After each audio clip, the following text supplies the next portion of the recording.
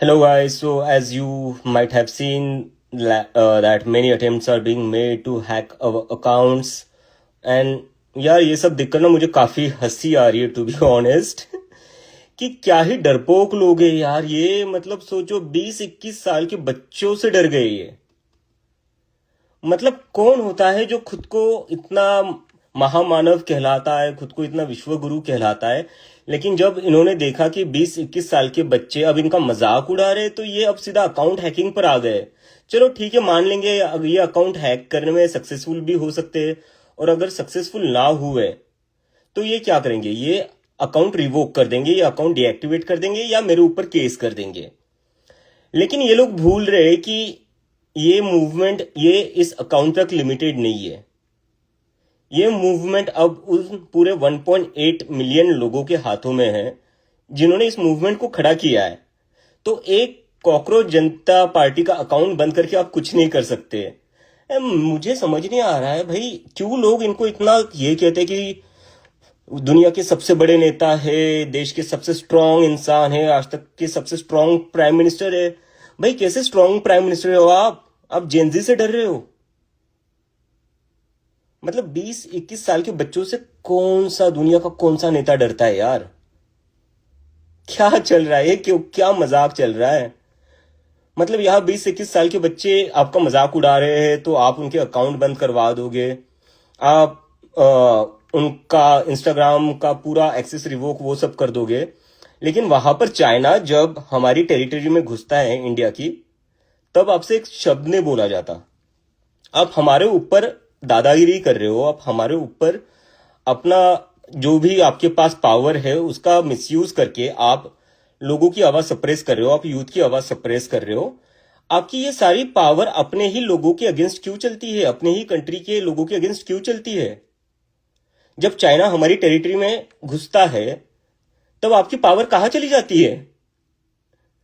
मतलब क्या ही कावड़ लोग हैं यार। और पता नहीं क्यों इन लोगों को, क्यों कुछ लोग इनको ऐसा समझते हैं कि नहीं भाई आज तक की सबसे स्ट्रांग प्राइम मिनिस्टर है, सबसे ब्रेव प्राइम मिनिस्टर है।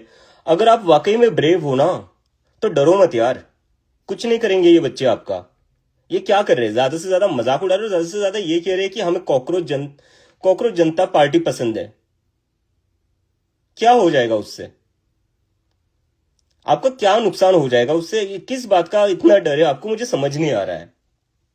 Why are you so scared? And that too of kids who are just college going students. This is so ridiculous.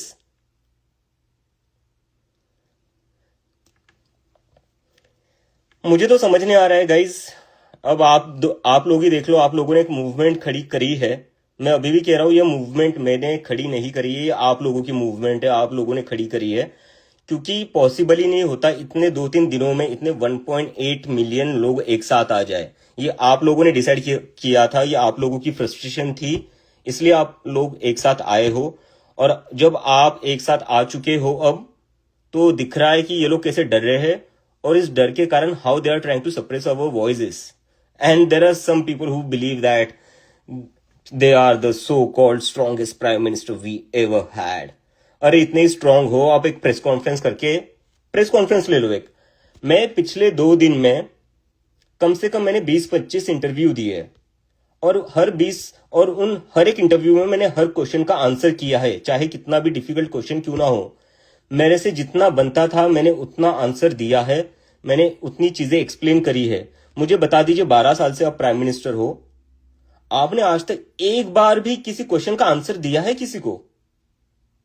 आपने कभी प्रेस कॉन्फ्रेंस भी करी है? लास्ट टाइम इंडिया में press conference हुई थी 2014 के पहले।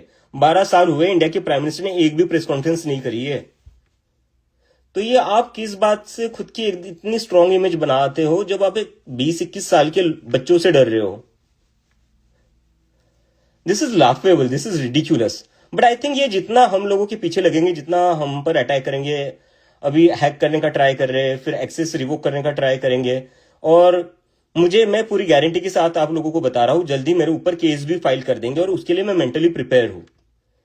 क्योंकि आप लोगों ने जो मूवमेंट खड़ी करी है मैं उसको अबैंडन नहीं करूंगा। तो भले ये मेरे ऊपर केस करे, कुछ भी करे, मैं उसके लिए मेंटली प्रिपेयर हूं। लेकिन मैं बस ये पॉइंट आउट करना चाहता हूं कि ये कितने डरपोक हैं। और ये ऐसे ही डरा डरा कर लोगों को अपनी पार्टी में ले आते हैं। राघव चड्ढा भी ऐसे ही गया था डरकर, और उससे कुछ नहीं बोला गया बीजेपी के अगेंस्ट। वो जेनजी की आवाज बनने की ट्राई करा था, लेकिन उससे बोला कुछ नहीं गया। लेकिन मैं बोल रहा हूं, मुझे थ्रेट्स मिल रही है, मेरी सिस्टर को भी थ्रेट मिल रही है, तो मैंने उसको बोला है कि तू अपना अकाउंट डीएक्टिवेट कर दे। मैं नहीं चाहता कि मेरी वजह से मेरी फैमिली के ऊपर कुछ आए।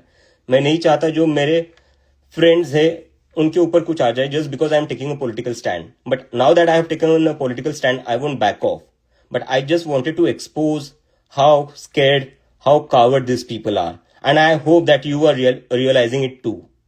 And I hope that you will speak up. You will say something about this. Because tomorrow this account might not exist. Tomorrow my account might not exist. And within few days, I don't know, they might even file a complaint against me. What after that? Would you let this movement die, which you have created? Would you want this movement to die? Think about that. And if you really care about this movement, this is your time to speak up. Because for how long we are going to tolerate this shit? This is not democracy. Where people's voice are suppressed in this way by hacking accounts, by revoking their access. This is not democracy. This is not freedom of expression, which exists in a democracy. So, everything is black and white now, right?